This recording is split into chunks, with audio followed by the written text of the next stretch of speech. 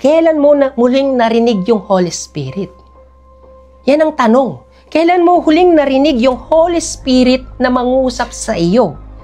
Naranasan mo na ba yung mapuspos ka ng Holy Spirit? O hanggang ngayon hindi mo pa rin nararanasan yung Holy Spirit? O hanggang ngayon hindi mo alam kung ano yung Holy Spirit sa buhay mo? O hanggang ngayon, sino ba si Holy Spirit?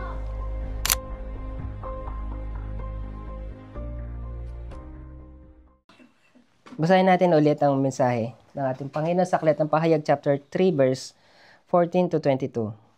Isulat mo sa iglesia, sa anghel ng iglesia sa Laodicea. Ito ang sinasabi niya sa mga na ang pangalan ay Amen. Ang matapat at tunay na saksi na siyang pinagmulan ng lahat ng nilalang ng Diyos. Nalalaman ko ang mga ginagawa mo. Alam kong hindi ka malamig, ni mainit man. Higit na mabuti kung ikaw ay malamig o mainit. Ngunit dahil sa ikaw ay maligamgam, hindi mainit ni malamig, isusuka kita. Sinasabi mo, ako'y mayaman, sagana sa lahat ng bagay at wala nang kailangan pa. Ngunit hindi mo nalalamang ikaw ay kawawa, kahabag-habag, mahirap, bulag at hubad. Kaya nga, ipinapayo kong bumili ka sa akin ng purong ginto upang ikaw ay maging tunay at na mayaman. Bumili ka rin sa akin ng puting damit upang matakpan ang nakakahiya mong kahubaran at ng gamot na ipapahid sa iyong mata upang ikaw ay makakita. Sinasaway ko at pinapalo ang lahat ng aking minamahal. Kaya't maging masigasig ka, pagsisihan mo at talikuran ang iyong mga kasalanan. Kaya nakatayo ako at kumakatok sa pintuan. Kung di rin gininuman ang aking tinig at bubuksan ng pinto, papasok ako sa kanyang tahanan at kakain kaming magkasalo. Ang magtatagumpay ay uupong katabi ko sa aking trono. Tulad ko na nagtagumpay at nakaupo ngayong katabi ko ang aking Ama sa kanyang trono. Ang lahat ng may pandinig ay makinig sa sinasabi ng Espiritu sa mga iglesia. Amen. Batay sa binasa natin sa Aklat ng Pahayag chapter 3 verse 14 to 22. Ang title ng preaching ngayon ay, ikaw ay malamig ba o mainit? Malamig ba o mainit? Mainit. Physical o spiritual? Spiritual. Kayo ba'y mainit o malamig? Pero ang sinasabi ng ating Panginoon, okay lang na maging mainit o maging malamig. Huwag lang tayo maging maligamgam. Dahil sinasabi ng Panginoon, isusukat daw tayo ng ating Panginoon. Ibig sabihin, yung pagsuka, hindi tayo karapat-dapat na doon sa kaharian ng langit. So yung pagiging malamig o pagiging mainit, may pag-asa pa tayong maresorba ng ating Panginoon. May pagkakataon pa. Pero pagdating sa pagiging maligamgam, nasa gitna na tayo doon. Kung bagay, yung estado ng ating pananampalataya is walang pagbabago. Sa gitna lang, hindi nagbabago. So pag-usapan natin kung paano ba natin malalaman na kung tayo ba'y mainit o malamig o maligamgam. So mga kapatid, sa pananampalataya, ano bang sukatan natin para malaman natin? Yung masasabi natin kung tayo ba isang mainit o tayo ba'y nalalamig na o tayo ba'y nagiging maligamgam na sa pananampalataya. Sino-sino yung tinutukoy ng Panginoon dito? Sino-sino yung sinasabihan niya patungkol sa bagay na mensahe na ito? Yung bang mga taga-salibutan? Dahil ba iisipin natin na sila yung mga walang pananampalataya, kaya iisipin natin na sila yung mga maligamgam, sila yung mga malalamig. Pero ang tinutukoy dito ng ating Panginoon, yung mananampalataya mismo. Hindi yung mga taga-salibutan na, kundi tayo na mismo tumanggap ng magandang balita. Kaya, paano natin malalaman kung paano natin na malalaman kung tayo ba isang malamig na sa harapan ng Panginoon o tayo ba'y nag-iinit sa pananampalataya o kaya naman tayo'y maligamgam na? Anong batayan ng Panginoon para sa atin, para makita natin? Ito ang sinasabi ng aklat ng 2 Corinto chapter 13 verse 5. Subukan ninyo ang inyong mga sarili kung kayo'y namumuhay ayon sa pananampalataya. Ang sabi niya, suriin ninyo ang inyong sarili. Hindi ba ninyo nalalamang na sa inyo si Kristo Jesus? Maliban na lamang kung kayo'y mga bigo sa pagsubok. Itong binasa natin ito yung hati-hati siya na talata no, kung saan masasabi natin, andun yung portion ng pagiging malamig, andun yung portion ng pagiging mainit, andun yung portion ng pagiging maligamgam na. So pag-usapan natin dito, maliwanag na sinasabi ng Biblia kung paano natin makikita kung ano na ba yung stato ng isang mananampalataya. Paano ba natin malalaman kung tayo maligamgam o mainit? O tayo malamig sa pananampalataya? Ang sabi ng Panginoon, kung kayo'y namumuhay sa pananampalataya. So nababatay pala ang pagsukat ng pagiging estado natin sa harapan ng Panginoon kung tayo'y namumuhay sa pananampalataya. So tayo mismo, suriin natin ang ating sarili kung tayo ba'y mainit na sa pananampalataya, kung namumuhay tayo sa salita ng Panginoon. Tignan natin ang ating sarili kung tayo ba'y malamig na o hindi na natin sinusunod yung salita ng Panginoon. O kung tayo'y maligamgam na wala na tayong feelings sa salita ng Diyos. Hindi na natin nararamdaman kung tayo ba'y nagkakasala, basta diretso lang tayo naglalakad na parang robot na lamang. Ibig sabihin nun, wala nang direksyon ang patutunguhan natin. Yun ang batayan ng Panginoon kung paano natin malalaman na kung tayo ba'y malamig, mainit o maligamgam. Ang sabi niya, maliban na lamang kung kayo'y mga bigo sa pagsubok. So sa pamagitan ng mga pagsubok na ito, sa pamagitan ng pananampalataya, nasusubukan kung ano ang estado natin sa harapan ng Panginoon ngayon. Kayo ba sa sarili nyo? Kayo ba'y mainit ngayon? Kayo ba'y malamig ngayon? Kayo ba'y maligamgam ngayon? Alam ninyo sa inyong sarili kung ano yung estado ninyo sa harapan ng Panginoon ngayon. Nababatay yan sa pamumuhay sa pananampalataya. Kaya nga, ito'y nababatay kung tayo ba'y namumuhay ayon sa pananampalataya. Kaya may mga taong nagsasabi na sila daw ay ipinanganak na Kristiyano na may pananampalataya sa Diyos dahil nga yung mga magulang nila, Kristiyano na. So ibig sabihin, mga magulang na Kristiyano, ipinanganak sila. So, ibig sabihin, sila'y Kristiyano na rin. Ganun ang paniniwala nila. Dahil nga mga magulang nila is mga Kristiyano, para sa kanila, may pananampalataya sila sa Panginoong Jesucristo. Pero yun ba'y batayan? Para masabi natin tayo namumuhay sa pananampalataya. Although na tayo ay isang Kristiyano na nagsisimba every Sunday, yun ba'y batayan ng ating Panginoon para masabi niya na tayo may pananampalataya?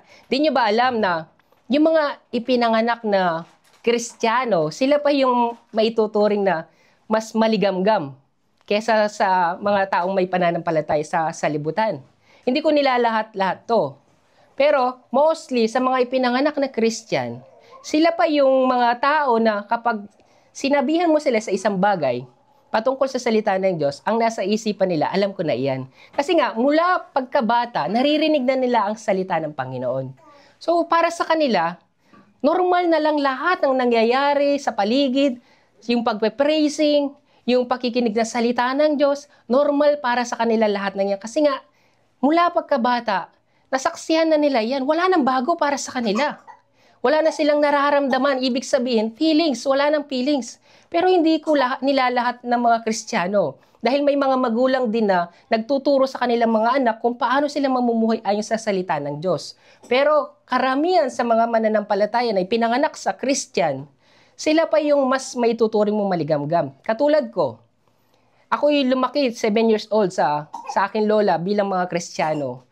Hanggang mag-21 years old ako, hindi ako namuhay sa pananampalataya. Ang alam ko lang, magsimba na magsimba, yun lang ang nasa isipan ko. Pero wala sa isipan ko yung mag-focus ako sa salita ng Diyos. Walang ganoon.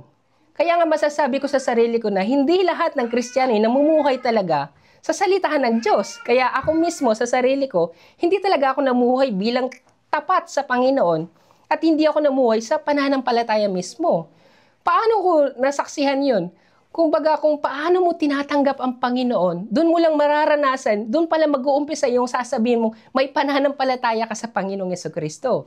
Once na tinanggap mo na siya, kahit dekada ka pa nagsisimba dyan, hanggat hindi mo tinatanggap si Kristo, hanggat hindi mo nakikilala kung sino nga ba ang ating Panginoon, hindi mo masasabi sa iyong sarili na may pananampalataya ka sa Kanya. Pero once na tinanggap mo si Kristo sa buhay mo, kahit ikaw ay taga-sanlibutan lang, ikaw ay may pananampalataya na sa ating Panginoon. Kaya nga yung madalas sa mga ipinapanganak na Christian, sila yung mga tao na normal sa paligid nila ang lahat ng yan. Hindi ko sinasabi na mapalad yung mga taga-sanlibutan. Kasi nga yung mga taga-sanlibutan, once na binago sila ng Panginoon, Andun yung pagnanasa nila na makilala nila yung salita ng Panginoon. Excited sila na maranasan yung lahat ng bagay na excited sila sa pagpupuri, excited sila sa paglilingkod sa Panginoon, excited sila sa pagbabasa ng Biblia. Lahat excited sila kasi nga mula sila sa salibutan, hindi nila naranasan yung salita ng Diyos. Tapos bigla nilang nakilala ang Panginoon, napakainit nila sa pananampalataya. Sila pa yung maituturing mong mainit talaga sa pananampalataya. Pero yung mga Kristiyano na matagal na mula pagkabata, hindi na nila ramdam. Kumbaga nagtimpla ka ng kape, mainit yan sa umpisa. Kapag tumagal na hindi mo iniinom, malamig na yan. Sila yung maituturing mong mas malamig pa. Kaya nga tayo mga mananampalataya, hindi ko sinasabi na mas mapalad ang mga taga-sanlibutan. Hindi ko rin sinasabi na magpakasama na lang kayo kasi wala namang kabuluhan pala yung pagiging Kristiyano at mas mabuti pa yung mga tao sa salibutan. Hindi ganoon. Ang ibig ko sabihin, sinasabi ng Biblia, ikaw ba isang alipin ng tawagin ka ng Diyos? Huwag mong intindihin iyon. Ngunit kung may pagkakataon kang maging isang malaya, samantalahin mo ito. So hindi ibig sabihin Kristiyano ka ay malaya ka na. Sinasabi ng Panginoon, kung may pagkakataon kang maging malaya, samantalahin mo. Dahil tayo mga Kristiyan, kahit Kristiyano na tayo, andyan pa rin yung pagiging makasalanan natin. Namumuhay tayo sa kasalanan. Katulad ko sinasabi sa inyo, Kristiyano na ako pero namuhay ako sa kasalanan na walang pananampalataya. Pero binigyan ako ng pagkakataon na makalaya. Kung may pagkakataon ka na makalaya, samantalahin mo sinasabi ng Panginoon. Ibig sabihin lang nun, hindi ka dapat mag-stay lang na kung saan sasabihin mo, ako isang Kristiyano na ipinanganak na ako sa isang Kristiyan. Hindi gano'n ang nais ng Panginoon, kundi samantalahin mo kung may pagkakataon kang makalaya. Ibig sabihin lang nun, hindi sapat yung pagiging Kristiyano para masabi mo sa iyong sarili na ikaw ay may pananampalataya na. Hindi basihan yan para masabi mong ikaw ay may mainit yung pananampalataya mo. Hindi ganoon. Sa Panginoon, ang sabi niya, ang isang alipin noong tawagin ng Panginoon ay malaya na dahil sa Panginoon. Gayon din naman, ang taong malaya nang siya'y tawagin ni Kristo ay naging alipin ni Kristo. Ibig sabihin, nung tawagin ka ng Panginoong Jesucristo, yung pamumuhay mo, iba na kay Kristo na. Hindi ka na namumuhay sa iyong sarili lamang, kundi ikaw ay alipin ni Kristo. Once na tinanggap mo si Kristo sa iyong buhay, mag-uumpisa ka na maglingkod sa Panginoon. Hindi ka lang nagsisimba, hindi ka lang nasa ministry, hindi gano'n ang nais ng Panginoon, kundi tayo'y maging alipin ni Kristo mismo. Nang sa gayon, masabi nating mainit tayo sa pananampalataya, batay na rin sa pamumuhay, ayon sa salita ng ating Panginoon. Kaya nga hindi mahalaga kung ipinanganak tayong Kristiyano o tayo nagmula sa salibutan na binago ng Panginoon. Ang mahalaga ay kung paano tayo namumuhay sa pananampalataya at kung paano natin isinasabuhay ang salita ng Diyos. Kaya nga sinasabi niya dito sa 1 Corinthians chapter 7 verse 19, hindi mahalaga kung ang isang tao ay tuli o hindi. Ibig sabihin, hindi mahalaga kung ang tao ay pinanganak na Kristyan o siya ba'y taga-salibutan, subalit ang mahalaga ay ang pagsunod sa mga utos ng Diyos. Kaya nga, yun ang sinasabi ng Panginoon, na subalit ang mahalaga ay ayon sa pagsunod sa mga utos ng Diyos. Yun ang mahalaga sa atin. Kung paano natin sundin ang salita ng Diyos mismo. Kaya nga mga kapatid, sabi ng Panginoon, subukin ninyo ang inyong sarili kung kayo'y namumuhay ayon sa pananampalataya. So, kinakailangan natin subukin ang ating sarili kung tayo ba'y namumuhay sa pananampalataya. Sa palagay niyo ba, masasabi niyong may pananampalataya kayo dahil andyan kayo, nakaupo kayo every Sunday? O dahil nakikinig kayo ng preaching? Yan ba'y batayan ninyo para masabi niyo na kayo ay isang mainit sa pananampalataya? O kayo ba'y namumuhay na sa pananampalataya? May mga tao kasi na nagsisimba lamang. May mga tao na nagsisimba lamang pero wala silang feelings. Wala silang personal na relationship sa Diyos. Ganoon. May mga taong ganoon. Katulad ko, ganoon din ako noon. Wala akong personal na relationship sa ating Panginoon. Ang tawag ko lang sa sarili ko, akong isang Kristiyano. Proud na proud ako sa sarili kapag tinatanong, anong religion? Born again ako, Christian ako. Yun lang ako, hanggang dun lang. Pero kapag tinanong ka patungkol sa Biblia, wala akong masasabi patungkol sa bagay na yan. Dahil wala akong interes sa salita ng Diyos. Kaya nga masasabi natin, kaya nga sabi ng Panginoon, suriin mo muna ang iyong sarili. kung ikaw ba'y namumuhay ayon sa pananampalataya. Kaya nga, hindi natin masasabi na tayo'y mainit sa pananampalataya kung hindi tayo namumuhay sa pananampalataya. Kaya nga mga kapatid, paano natin masasabi yun? May mga tao kasi na walang personal na relationship. Sino yung mga tao na yun? Yun yung mga tipo na napakatagal na nila nagsisimba pero hindi mo sila makikitaan ng paglago sa pananampalataya. Andun lang sila, tahimik lang sila, nagsisimba, present sila every Sunday, kumpleto yung kanilang attendance, kumpleto lahat, pagbibigay ng offering, nandun lahat. Pero hindi mo siya makikitaan ng paglago sa pananampalataya. Pero hindi mo rin siya makikitaan ng paglalamig sa pananampalataya. Nasa gitna lang siya. Walang pagbabago sa kanya. Ibig sabihin, wala siyang personal na relationship sa Panginoon. Andun lang siya na nagsisimba para may mga tao na nagpupunta doon dahil gusto lang nilang makita ang kanilang kaibigan. May mga ganong klaseng tao na mananampalataya. Pero may mga tao naman na dekada nang lumipas, hanggang ngayon hindi pa rin naglilingkod sa Panginoon. Paano nangyari iyon? Dahil hindi nila hinahanap yung personal na relationship nila sa Panginoon. Tayo mga mananampalataya, nagsisimba tayo kasi nais natin ma-meet ang Panginoon. Ano bang purpose ng simbahan? Sabi ng Panginoong Jesucristo, ang mga may karamdaman, nangangailangan sila ng manggagamot. Pero yung mga walang sakit, hindi sila nangangailangan ng manggagamot. So, ibig sabihin ng Panginoong Jesucristo, lumalapit tayo sa Kanya dahil tayo'y may mga kasalanan. Pero kung yung tao na yun, nandun lang, lumalapit lang doon, at hindi niya iniisip na siya isang makasalanan, anong maiisip ng Panginoon? Siya ba isang mainit?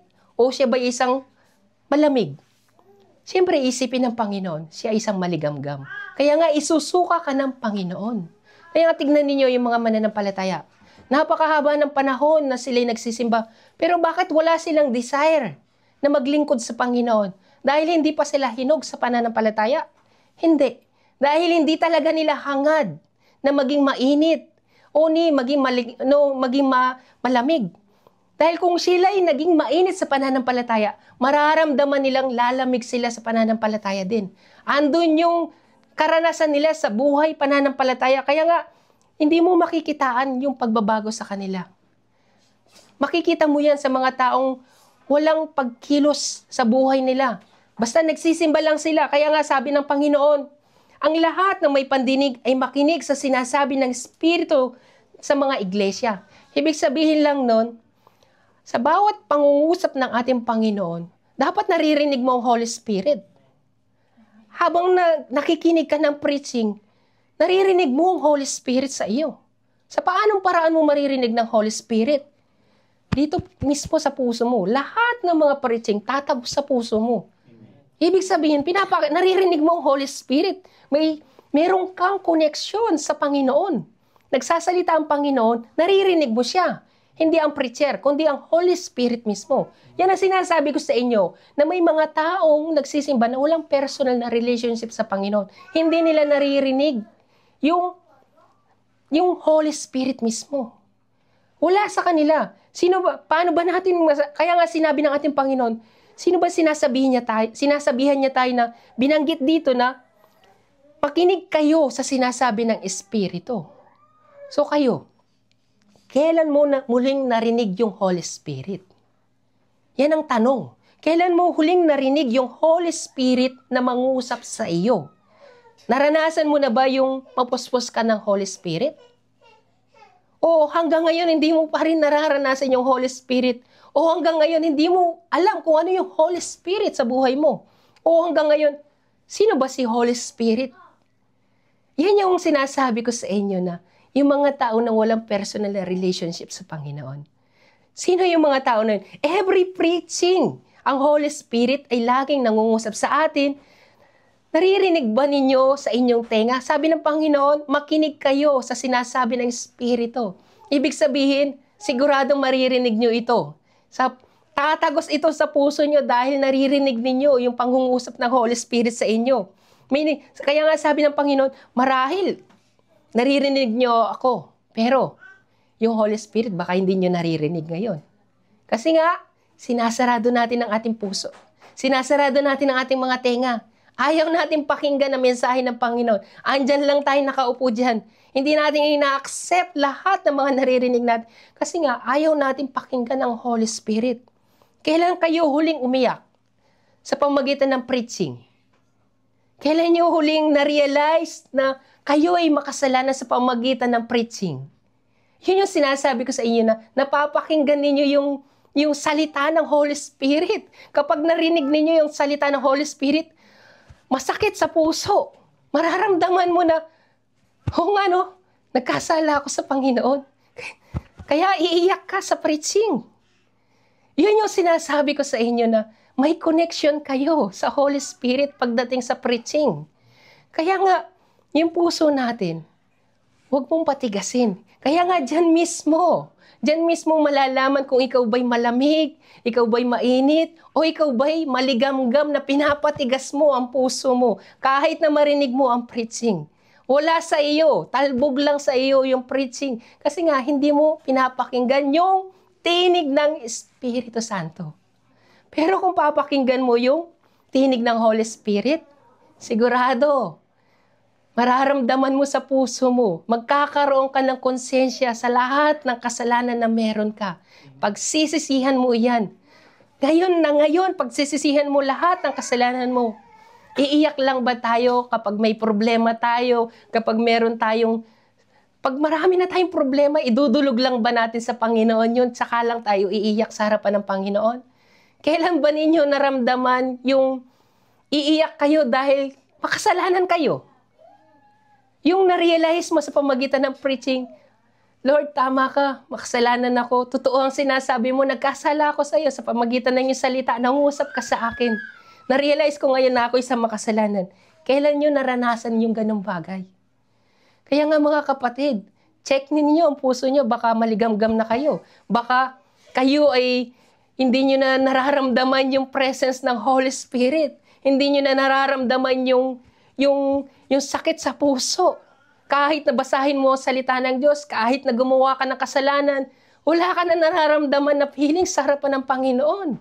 Kahit na labagin mo ng salita ng Panginoon, wala kang nararamdaman na guilty sa puso mo. Kasi nga, maligamgam ka na. Hindi ka malamig. O hindi ka rin mainit. Dahil kung malamig ka, mas maswerte ka. Bakit? Dahil kapag malamig ka, ramdam mo sa puso mo na nalalamig ka na. May spiritual sense ka pa rin na nararamdaman. Pero kapag maligamgam ka, wala kang nararamdaman na feelings sa puso mo. Ibig sabihin, wala ka ng relationship sa Panginoon. Paano ka mariresolve ng Panginoon? Sabi ng Panginoon, mainit ka, mas mabuting mainit ka, at mas mabuti ka rin na ikaw ay malamig. Pero kung ikaw ay maligamgam, isusuka lang kita. Ibig sabihin, hindi ka kaya resolbahin ng Panginoon kung ikaw ay maligamgam. Kaya ngayon pa lamang, i-check nyo yung puso nyo kung yung salita ng Panginoon ay naririnig nyo sa puso nyo. Kung kayo ba, nararamdaman nyo ba, nasasaktan ba kayo sa bawat preaching? Tumatagos ba yan sa puso ninyo? Ang Panginoon, kapag nagturo ang Panginoon, hindi pagpapala. Kahit basahin ninyo ang Biblia kung paano nangaral ang Panginoong Jesucristo, hindi pagpapala ang sinabi niya. Kundi, dapat kayong magsisi sa inyong mga kasalanan. Yun ang turo ng Panginoong Jesucristo. Kaya nga, huwag tayong umasa sa bawat preaching, pagpapala yung maririnig ninyo o encouragement. Walang encouragement ang Panginoon. Kundi ang sinasabi ng Panginoon, magsisi kayo sa inyong mga kasalanan. Kaya nga, walang makakapasok na kahit katiting na marumi, sabi ng Panginoon doon sa langit. Ang nais ng Panginoon, mamuhay tayo na may kabanalan hanggat nabubuhay tayo. Dapat natin pagsisihan ang ating mga kasalanan. Paano nangaral ang Panginoon? Kaya nga sabi ng Panginoon, sinasaway ko't pinapalo ang lahat ng aking minamahal. Kaya maging masigasig ka, pagsisihan mo talikuran ng iyong mga kasalanan. Asan doon yung pagpapala ng preaching? Ang preaching ng Panginoong Jesucristo. Pagsisihan mo, talikdan ang iyong mga kasalanan. Mula sa Genesis hanggang sa Revelation, kapag sinabi mong Revelation, sa aklat ng pahayag, huling araw na. Andun pa rin yung mensahe ng Panginoong Jesucristo na pagsisihan mo, talikdan ng iyong mga kasalanan. So, mula sa dulo, ang pahayag ng ating Panginoong Jesucristo ay magsisi tayo at talikdan ng ating mga kasalanan. Para sa Panginoon, mas mabuti na tayo malamig na. Kung tayo man ay naranasan natin maging mainit, darating ang punto na lahat ng mga mananampalataya ay lalamig din naman. Darating tayo sa pagsubok na susubukin tayo sa pananampalataya at malalamig tayo. Madapa man tayo, okay lang yan. Okay lang na madapa tayo. Kahit na paulit-ulit tayo magkasala sa Panginoon, okay lang yan. Hanggat may spiritual sense ka na nararamdaman mo sa puso mo na ikaw ay nagkasala sa harapan ng Panginoon, mas mabuti yan. At sabi ko sa akin ng aking asawa, sabi niya, napakaswerte mo dahil nangangaral ka ng salita ng Diyos. Mapupunta ka ng langit. Ako, mapupunta ako ng impyerno, kanya. Bakit? Kako sa kanya. Kasi hindi ko kayang pigilin yung ugali ko. Magagalitin ako.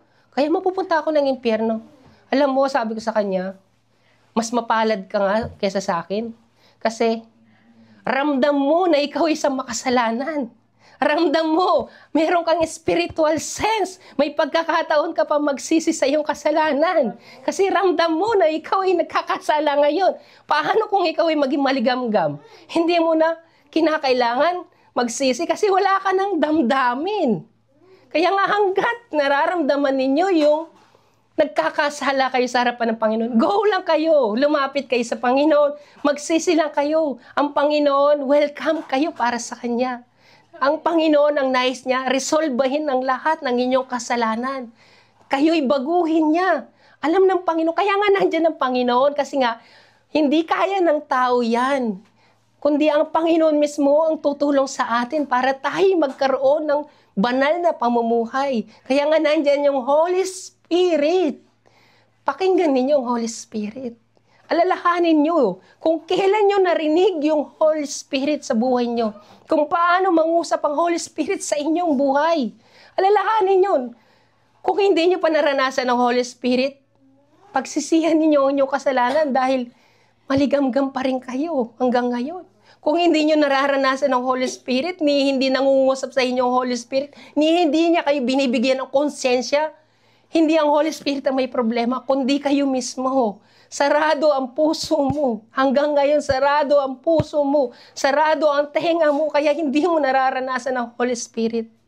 Kaya mga kapatid, katulad ng kinuwento ko sa inyo noon, pinatutuo ko na yung kasamahan ko sa pananampalataya, hinahanap niya ang Holy Spirit. Nung nilayhans ko siya, pinag-pray ko siya, sabi ko sa magsisi siya, kinabukasan, natagpuan niya ang Holy Spirit sa buhay niya. Nakaluhod siya na siyang nagpupuri sa Diyos. Nakita ng mga tao, saksi sila kung paano nabago yung tao kasi naranasan na niya yung Holy Spirit. Ngayon, hindi ko nahanapin ang Holy Spirit. Naririnig ko na ang Holy Spirit ngayon. Kayo mismo, hangarin ninyo, hindi kayo naiinggit? Siya naririnig niya ang Holy Spirit. Bakit ako hindi ko naririnig ang Holy Spirit? Nais ko rin maranasan ang Holy Spirit sa buhay ko. Ganyan din ang paghahangad ko sa buhay ko. Bakit Lord siya, nagpapahig siya ng salita ng Diyos, bakit sa akin hindi ka rin mangusap? Mangusap ka rin. So ngayon, nangusap ang Holy Spirit. Ngayon, nararanasan ko ng Holy Spirit sa buhay ko. Kayo, hanggat hindi nyo nararanasan ang Holy Spirit sa buhay nyo, walang paglago sa pananampalataya.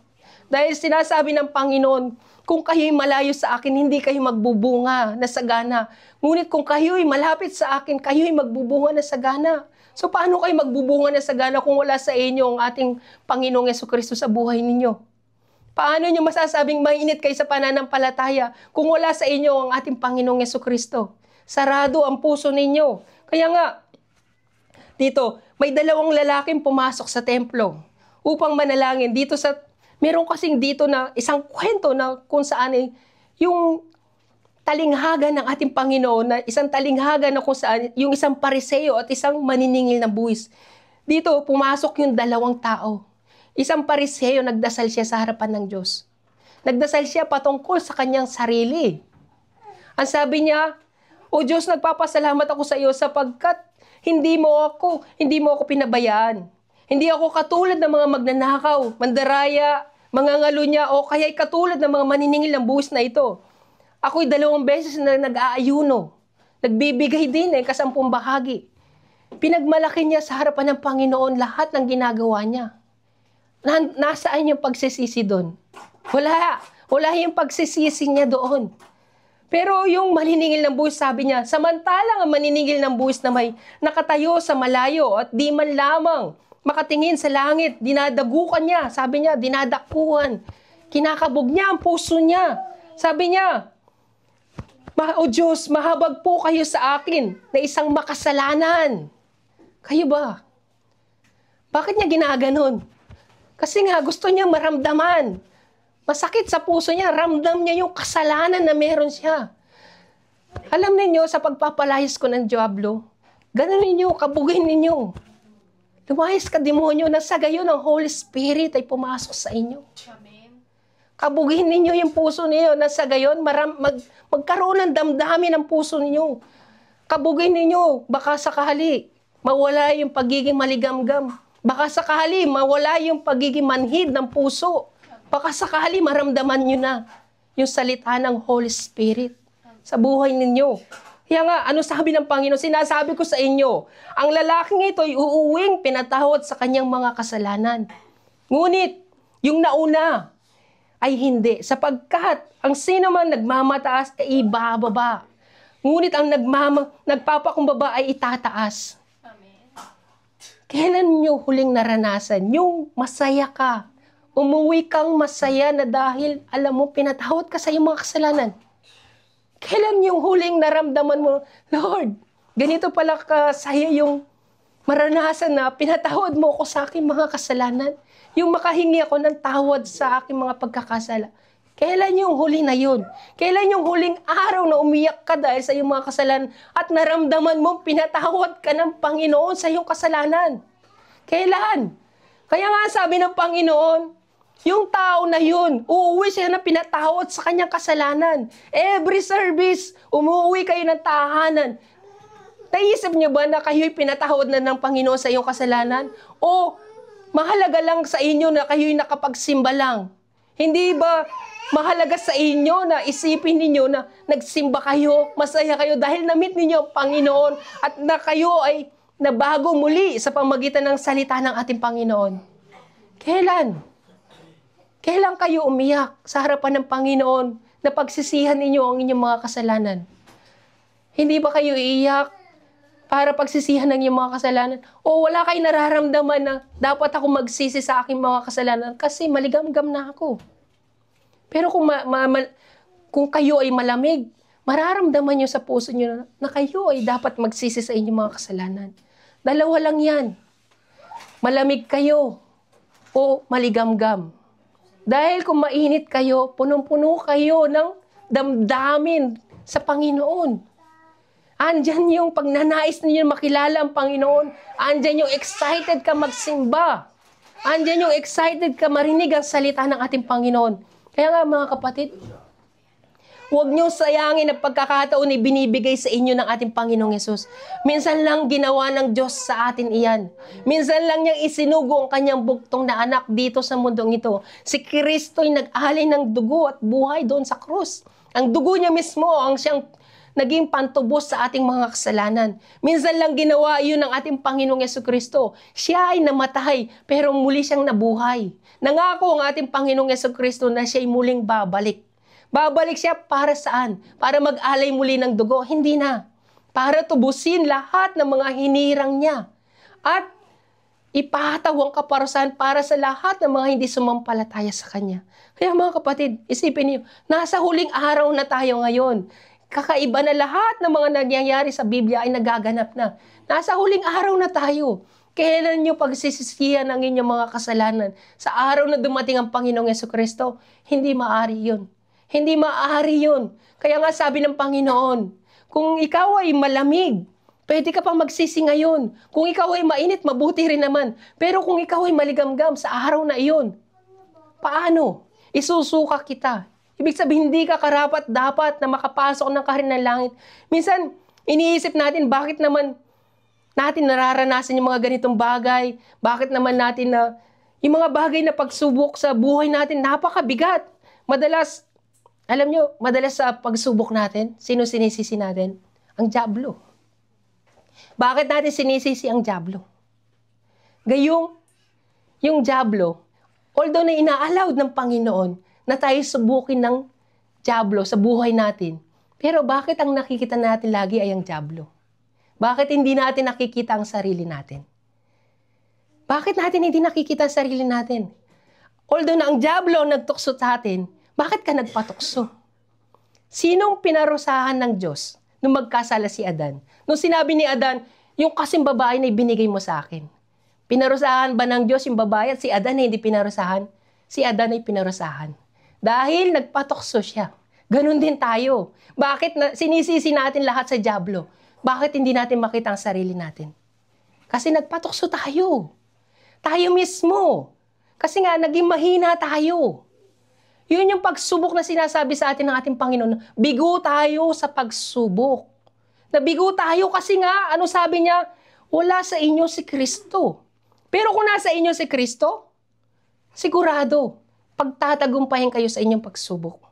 Kaya nga sinasabi niya, sinusuway ko't pinapalo ang lahat ng aking minamahal.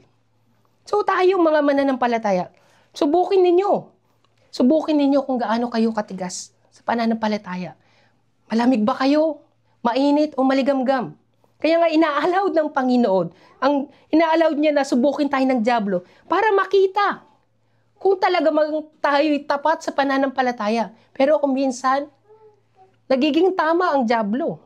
Nananalo siya kasi nga, nagpapatukso tayo. Natatalo tayo sa lahat ng tukso ng dyablo. Isipin ng dyablo, di ba tama ako? Mali ka? Tama ako sa iniisip ko na itatakwil ka na yan. Hindi na yan mananampalataya sa iyo. Hindi na yan magtitiwala sa iyo. Di ba tama ako? Yan ang sinasabi ko sa inyo. Huwag niyong sisihin lahat sa dyablo. Kundi kayo mismo. Ang parurusahan ng Panginoon. Sa palagay niyo ba, kapag nagkasala ka ngayon, dadalhin ng Panginoon yung dyablo sa impyerno? Hindi. Ikaw mismo ang nagkasala sa Panginoon. Iba yung parusa ni dyablo at iba rin yung parusa mo. Iba yung usapan kay dyablo, iba yung para sa iyo. Ang Panginoon, ina-allowed niya na tayo subukin sa pananampalataya. Kaya nga, subukin ninyo ang inyong sarili kung kayo ba'y namumuhay ayon sa pananampalataya. Suriin ninyo ang inyong sarili. Hindi ba ninyo nalalamang nasa inyo si Kristo? Diyan. Ibig sabihin, kung nasa atin si Kristo, walang pagsubok na hindi kayang gawin dahil kasama mo si Kristo. Amen. Sa buhay mo. Pero mga kapatid, minsan, hindi na tayo makapaghintay kung paano tayo tugunin ng Panginoon. Hindi na natin mahintay yung tugon ng Panginoon. Kaya nga, sinasabi niya nasa atin si Kristo. Pero ang nangyayari, gagawa tayo ng solusyon sa sarili lang natin. So, ibig sabihin, isasantabi muna natin si Kristo sa buhay natin. So, ano nangyayari? Anong magiging bunga nun? Tayo'y mga bigo sa pagsubok. Kasi nga, hindi na natin mahintay yung tugon ng Panginoon. Tayo na mismong gagawa ng paraan kung paano ba masusolusyonan yung mga problema sa buhay. Tayo na mismo ang kikilos. Lord, hindi na kita mahintay. Bukas, nandyan na yung kinakailangan ko na mag-rush. Bukas, kailangan ko na. Hindi na kita mahintay, Lord. Ako nang bahala. Basta, naniniwala ako sa'yo, may pananampalataya. Hindi. Wala kang faith sa Panginoon. Ikaw mismo ang kumikilos. Kaya ano sabi niya? Kaya nga, kayo'y bigo sa pananampalataya, sa pagsubok. Tanungin ninyo kung gaano kalaki yung problema nyo. Kung gaano kalaki yung problema nyo, kapag once na nagtiwala ka sa Panginoon, sigurado may solusyon. Ibibigay sa iyo ng Panginoon, gaano man yung kabigat, gaano man karami yung mga problema, sigurado may solusyon lagi. Sa lahat ng pagsubok na binibigay ng Panginoon, may solusyon lagi. Kasi nga, andun yung pangako ng Panginoon na hindi kita pababayaan. Amen. Pero kapag hindi ka nagtiwala sa Panginoon, masolusyonan mo man ngayon, bukas meron ulit na panibagong problema. Hindi niya napapansin? Sunod-sunod yung problema, parang wala nang katapusan na problema. Kakaayos lang ng problema. Bukas meron na naman? Ano na naman to? Sunod-sunod na problema. Iisipin mo, sinusubukan ng dyablo. Hindi. Although na inaalawd ng Panginoon na tayo subukin ng dyablo, tignan mo muna ang sarili mo. Baka may mali na sa iyo. Ikaw ay kumikilos na mag-isa. Kaya wala nang solusyon. Yung problema mo, maayos mo man ngayon, meron ulit bukas. Sunod-sunod ang problema. Tingnan ninyo yung kwento ni Job. Ang daming problema dumating sa kanya na sunod-sunod. Nagpadala pa ang Panginoon ng 3 kaibigan para lamang ipa-realize sa kanya na siya'y isang makasalanan. Yun lang naman ang point ng Panginoon eh. Ma-realize mo sa iyong sarili na ikaw ay isang makasalanan. Pagkatapos nun, pasado ka na sa pagsubok. Yun lang naman ang nais ng Panginoon. Pero para kay Job, wala akong kasalanan. May faith ako sa Diyos. Sumusunod ako sa kautusan ng Panginoon. Yun ang para sa kanya. So, hindi na naig yung 3 pinadala ng Diyos. Ang ginawa ng Diyos, ako na magsasalita nga. Ako na magsasalita sa iyo, Job. Napakatigas ng puso mo. Hindi mo maunawaan ang nais ko. Alam kong may pananampalataya ka, pero ang nais ko lang yung pabatid sa iyo, isa kang makasalanan. Ang lahat ng tao ay makasalanan. Yan ang nais na ipabatid ng Diyos. Kaya nga, sabi niya, Job, andito ka ba nung likhain ko ang mundo? Andito ka ba nung ipaghiwalay ko ang tubig sa lupa? Andito ka ba? Nung iguhit itong mundong ito, andito ka ba? Na-realize ni Job, oo nga Lord, wala pala ako dito. Ikaw pala'y mas Diyos na buhay, na banal. Ako isang nilikha mo lamang pala. Doon niya lang napagtanto na siya'y isang makasalanan. Although na dumaranas tayo ng mga pagsubok, tignan niyo rin ang sarili ninyo. Ang nais ng Panginoon, magpakumbaba kayo sa lahat ng pagsubok na dumarating sa inyo. Lord, makasalanan ako. Makasalanan ako. Ando na yung tulong ng Panginoon. Mararanasan yung tulong ng Panginoon kung kayo'y magpapakumbaba sa inyong mga kasalanan. Hindi mo alam kung anong kasalanan mo, pero isipin mo mabuti. Magsisi ka sa iyong mga kasalanan. Lord, kung may nagawa man ako kasalanan na hindi ko pa naalala, na hindi ko alam na nagkasala pala ako sa ibang tao, patawarin mo ako kung bakit ako dumaranas ng ganitong pagsubok. Pagsisihan ninyo. Yung paghihirap na, yung nung ma-realize ni Job yung kanyang kasalanan, ibinalik sa kanya ng Diyos lahat ng nawala sa kanya. Sobra-sobra pang ibinalik sa kanya pagpapala. So tayo, walang katapusan ng mga problema, walang katugunan, mas lumalala pa ang mga problema kasi nga, hindi tayo nagpapakumbaba. Hindi tayo nagsisisi sa ating mga kasalanan. Kung naunawaan lang natin na at tinatanggap sa puso natin na tayo isang makasalanan, ang Panginoong Jesucristo mahahabag sa atin. Kung paano nahabag ang Diyos kay Job, mahahabag ang ating Panginoon sa atin. Tutulungan niya tayong lahat sa lahat ng mga pagsubok natin.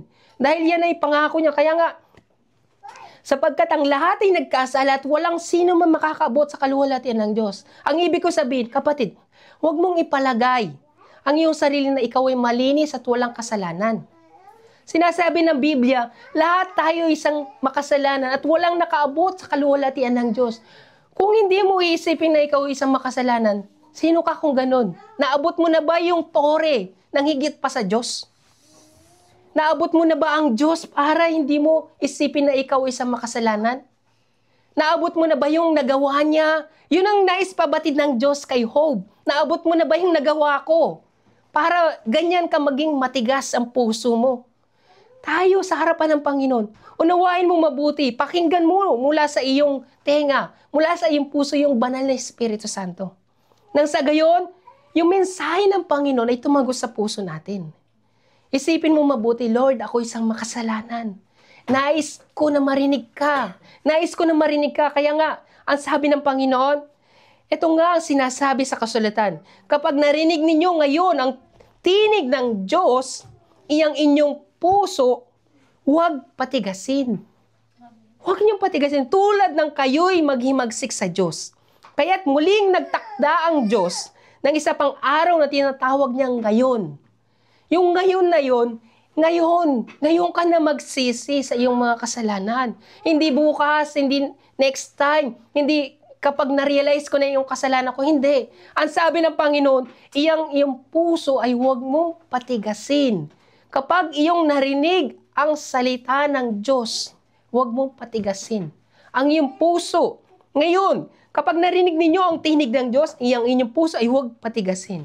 Mga kapatid, sinasabi ko sa inyo, Walang solusyon sa mga problema nyo sa buhay nyo. Lalo lang lalala. Kung hindi kayo tatawag sa Panginoon. Pero makakatawag lang kayo sa Kanya. Ang nais ng Panginoon, ma-realize mo na ikaw isang makasalanan. Lord, ako'y nagpapakumbaba. Nais ko ng tulong mo. Nais ko ng kasagutan sa lahat ng mga problema ko. Lord, ikaw ay isang Diyos na banal na makapangyarihan. Hindi kita kayang abutin. Ako isang makasalanan.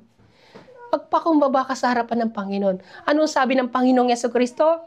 Nakatayo ako at kumakatok sa inyong pintuan, kung diringgin ninuman ang aking tinig at bubuksan ang pinto. Papasok ako sa kanyang tahanan at kakain kaming magkasalo. Yun ang pangako ng Panginoon. Ibig sabihin ng Panginoon, buksan mo ang puso mo. Pag ako'y kumatok sa iyo, buksan mo, mag-usap tayo patungkol sa problema mo. Mag-bonding kayo ng Panginoon.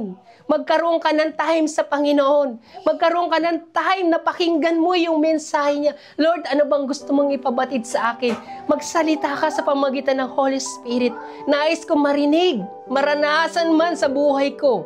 Bilang isang mananampalataya, yung tinig ng Holy Spirit sa akin. Umiyak kayo.